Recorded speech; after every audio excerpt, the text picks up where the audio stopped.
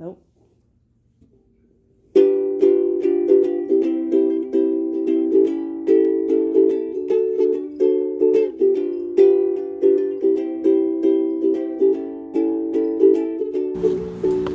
What is up, you guys? It's James from James Reptiles. In today's video, we're gonna be feeding some snakes, but before we do that, I want to take a look at this picture real quick. This right here is an amazing crested gecko. I believe it came through work, and my buddy Adam took a picture of it, and he had it printed for me, which is awesome. So I need to get some double-sided tape, hang that up. I really appreciate it to him. His link will be in the description. He's an awesome photographer. And if you've seen any of my banners or anything like that, any of my artwork, he's the guy I commissioned to do that. So, awesome artist, awesome photographer. Link in the description below to his Instagram. Alright, 2020 season kicking off. Incubator's getting full. Eggs over here. Let's take a look and see how we're doing egg-wise. So, you guys know I had those 2 eggs hatch out the other day. I have 3 left in here. This one's full of 8. And then I started another one down here for the eggs that came today. Those 2 eggs that came today came from the Dalmatian Extra. So they probably came from Scallop, or not Scallop, my bad. They probably came from Paradise, who doesn't have very many Dalmatian spots, and I don't know if the dad, that was probably still Skipper, it was probably still his retained sperm. I doubt they were the other guys. What's his name, Omni, because he's kind of small, and I don't know if he's doing anything yet. I haven't really seen him. Nonetheless, I hope they come out with Dalmatian spots, and we're going to start kicking into that cycle of producing Dalmatians more and more often, getting some nicer stuff going. And if we swing over here to the incubator, it's a bit dusty, doesn't matter. I don't know if you can read that. Temperature should be at 82. It's a little tall, I can't see it. But let's look inside. First I got my water bottle, I got some extra egg boxes, and then I got tons and tons of eggs. So let's go over them real quick. These back here, this is the first clutch of eggs from Apex. Let's see how they're doing. I'm trying. So there they are. They're a little bit wet. Doesn't really matter. Just hoping they don't mold over. Those ones are these 2 and all these and all those except for the second clutch are all from Malloy to Lefty and Righty. Now, these down here are also, I just ran out of tubs one day. This is my 1.5 clutches of fat tail eggs, and that's another pair of eggs from Apex to Trixie. And this right here is a pair of eggs from Apex to an Eclipse. And I believe I showed this Eclipse girl. I believe I showed her a little bit. She's a nice big Eclipse. Just awesome average Eclipse, and I put the Apex in with her. She'd never previously been bred. I put Apex in with her a couple times, a couple weeks ago, and when I noticed she was ovulating, and I checked it. I was gonna check today. I was gonna make sure she was starting to produce eggs, and I found 2 eggs in the water dish, and those are those 2 eggs. They're huge because they soaked up water. They're super white. They're super clean. I don't think they went bad. I think I mean I could visibly see the embryo inside. I can see the red inside. I know the eggs are fertile. I just don't know if they got too wet. So I'm definitely incubating them. I'm not going to add any water. I'm going to make sure they stay nice and dry. And hopefully we get lots of Black Knight Eclipse babies this year and double head babies and all sorts of other fun stuff. But let's get into feeding some snakes, shall we? Alright, so now that we have the corn snakes back, it's really imperative to try to feed the not so always willing to eat snakes first, and that'll give me a chance to find out what's left over and what I can really get away with feeding to my corn snakes.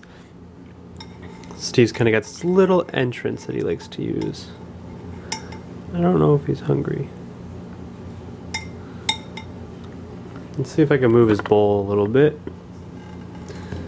And that way it gives him room to strike if he actually wants to. So Steve's not much of a striker. Usually what I do is I'll put it on top of his come on now, I'll put it on top of his hide and he'll eat it after a little bit. So that's what I'll do.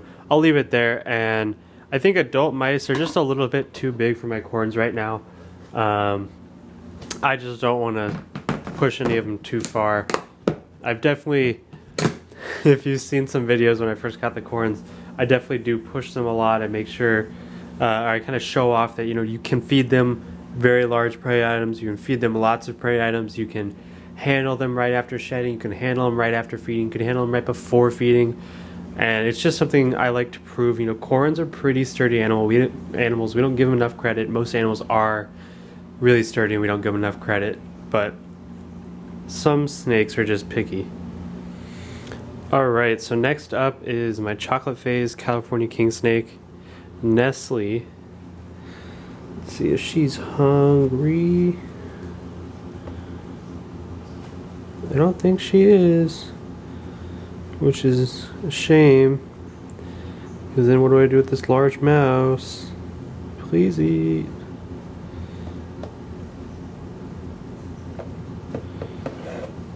Yeah, when they start to do that, when they start to throw their side up, that usually means they're not interested. I'm gonna leave it here, just head poking just a little bit off. Maybe she'll see it, maybe she'll eat it later, who knows. Alright, this next snake only eats black mice, so let's see if he's hungry at all. He just shed last week. I think he ate last week. Nope, I don't want to stress him out too much. I'm going to leave the mouse right there. And just leaving the mouse right there is something I do in a lot of my snakes enclosures. A lot of them just tend to eat the next day, and if they don't, that's where the corns come in. Alright, the main event, shall we? I couldn't decide which one to feed first, so I pulled two of them open. And we'll try this black mouse up here. They should be very hungry. Look at that.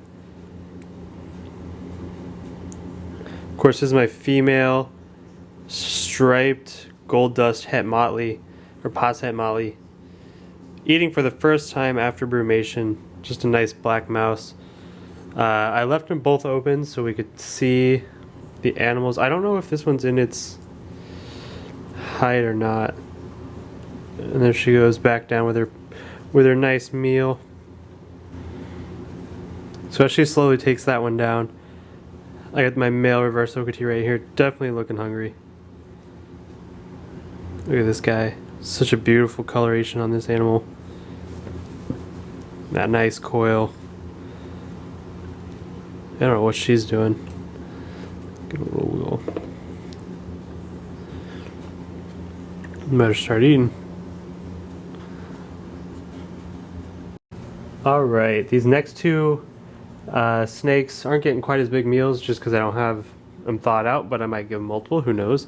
And this is the male gold dust pos het motley, or stripe het gold dust pos het motley, something like that. Definitely checking everything out. Definitely trying to coil. And he snatches it back in. And with the hole 2 1/4 inch wide, we can take a sneak peek at what he's doing in there.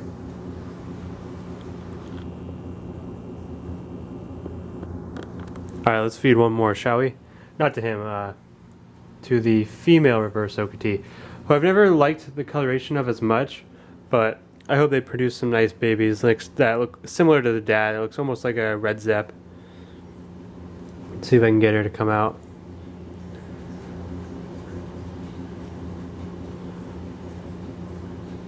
There she is. There she is.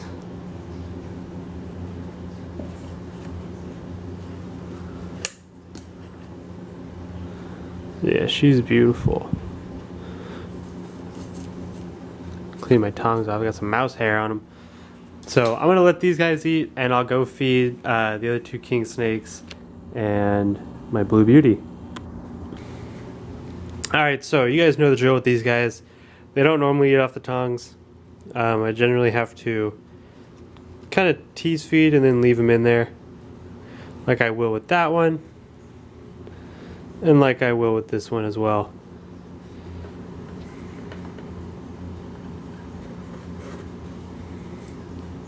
Good enough. Alright, let's see if we can get this girl to poke her head out at least.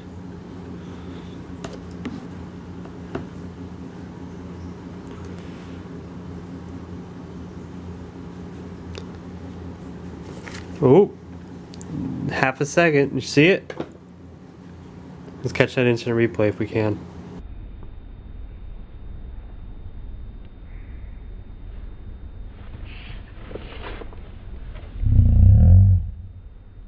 So those are all the mice I had thawed out. Everything that's going to eat is eaten, and if I decide to thaw out some more later, I might throw some in with some more corns. I'll definitely film that if I do that. I'm going to go. I'll get back with you guys in just a little bit. Alright, so I'm not going to dry any of these. I just heated them up in some hot water, and let's see if they're hungry, or if he's hungry. I'm definitely interested.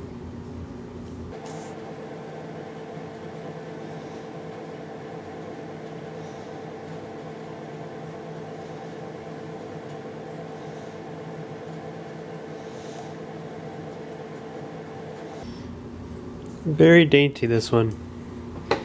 Very dainty. So Sherry's corn snake's definitely ready for a bigger tub. I follow the general rule of thumb, and it of course this doesn't apply to all snakes. You have to really know your animal. But for something like a colubrid, one side, the long side and the short side, if it can extend all those, it's ready for a new size tub. And I'm pretty sure I saw that it could. I want to put it in something that big, but I don't think it's quite big enough. I think it would, be a little bit too big for it. And one of those down there, or one of these right here actually, is, not much bigger. So I don't want to put it in there for like a month and then have to upgrade it. So I'm going to wait till it gets as big as I think it can in here within reason. And then we'll put it in one of those bigger tubs. And hopefully it'll, explode in growth. All right. We got a nice, hopper looking sized mouse. We'll see. My blue beauty wants a second mouse. They are known for multiple smaller prey items, and that first one wasn't too big for. If she's a monster, I might have to take her out later and handle her a little bit. She's one I definitely like to handle, and I plan on handling a lot as she gets older. Alright, so down here are the two females. I'm hoping they're the hungriest, because if anything's gonna make this breeding season actually happen, it's gonna be these two females. And I know this one is kind of in her bowl, but I don't know if her head's in her bowl. Let's see if we can get her attention. Oh, she's over here.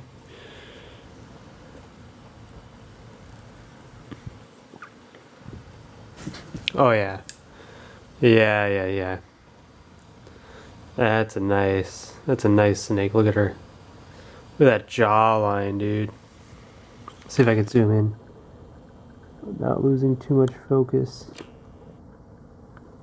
Look at that. Let's see if this girl is hungry. She definitely looks hungry.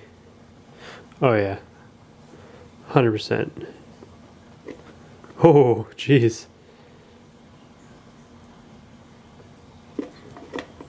Yeah, she's hungry. Like I said, these girls, well, not even just the girls, all of them, they've been down for about 3 months in brumation. So when their bodies cool down in brumation, they can get into the low 50s, and they, their bodies aren't, they're cold-blooded, so their bodies aren't moving as much. Their digestive system isn't working. It only works when they're, at warmer temperatures. I keep my room very warm in here. In fact, right now I have the fireplace on. So when they warm back up, their digestive system starts kicking in. They're like, whoa, I haven't eaten in a while. And then they get really ravenous. And breeding season being, right now, they're definitely trying to fill up as much as they can. Their body's telling them, put on the weight, put on the extra poundage, and it'll help us out in the long run. Alright, so that was me feeding some of my snakes. I hope you guys enjoyed watching and learning and understanding how actually calm the snakes can be and just how docile they are.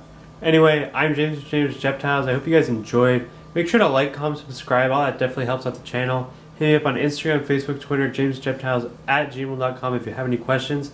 And I'll catch you guys in a few days.